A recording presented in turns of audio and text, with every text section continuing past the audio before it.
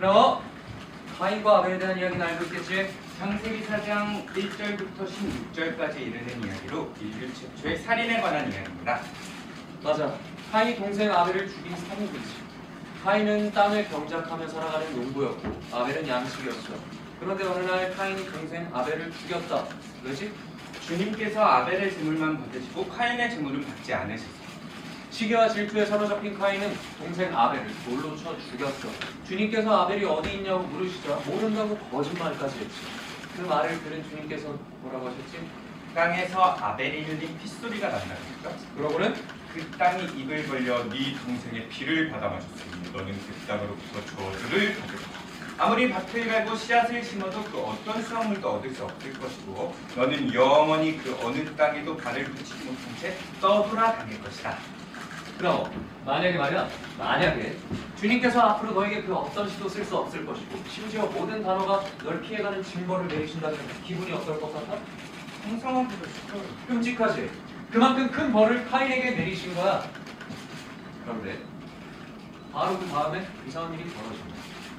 주님께서 카인에게 표식을 주시면서 카인을 살해하는 자는 7배의 벌을 받을 거라고 하신 거지. 이상하지 않아? 살인자에게 표식까지 줘가면서 보호를 해주신다는 게. 싱클레어, 넌 어떻게 생각하니?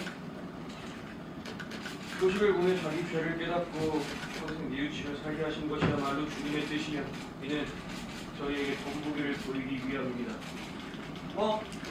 그것도 나쁘지 않은 대답이야. 근데 그건 우리가 흔히 배우는 내용이잖아.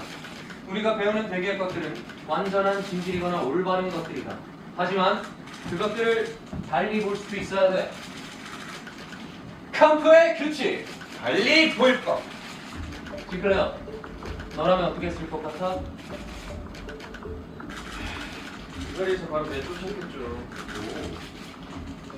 저는 표식이 훈장처럼 느껴져요. 혼자?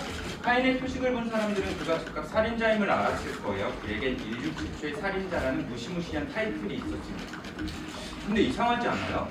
주님께서 벌로 내리신 그 표식이 오히려 다른 사람들로부터 그를 보호해준다는 게 이게 훈장이 아니면 뭘까요? 표식이 훈장이 된다고 해서 뭐가 달라지는 거야? 카인의 존재성을 전혀 다르게 해석할 수 있잖아, 봐봐.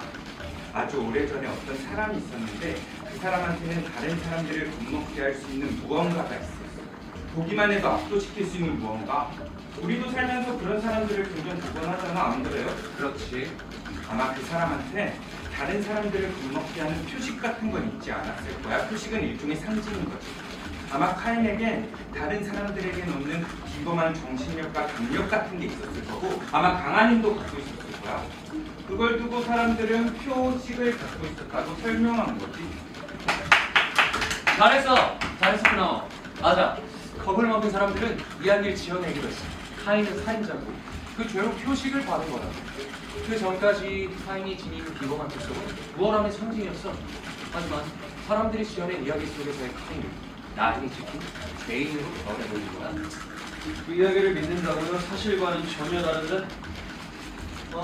성이란 건 말이야. 그 안에 진실이 담겼는지 아닌지가 아니라 얼마나 많이 말해주느냐고 그 힘이 결정된다. 그러니까 아벨은 선하고 카인은 악한 이야기가 아니다. 자, 이게 뭐지? 바로. 볼록면이다. 하지만 이쪽에서 보면 오목면이지.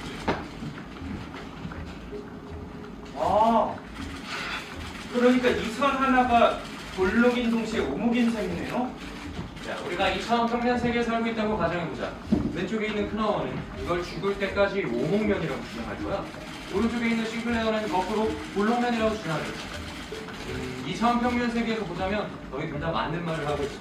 하지만 우리는 3차원 세계에 살고 있어. 진실을 알고 있지. 애초에 이 선은 볼록인 동시에 오목이라는 사실을 둘을 품은 하나의 선이라는 걸. 굉장히 심취하신 모양이에요. 태제, 안티태제, 신태제. 거의 참선 얘기. 비슷하지만 전혀 다른 얘기다. 아마 너희가 이 사실을 깨닫게 된다면 엄청난 힘을 가지게 될 거야. 선이라는 경계에 구애받지 않고 자유롭게 살 수 있을 테니까. 자유? 그리 대단한 힘으로 느껴지진 않는데. 아니, 완전히 다른 세상이 열리는 거잖아. 이쪽으로 저쪽으로 나누지 않아도 되는 세상. 완전히 자유로운. 그러니까 이런 세상이면 그럼 오늘 수업은 여기까지. 지금 하고 있는 그 생각을 집에 가면서 좀 더 깊이 있게 파고들어보고 다음 주에 보자.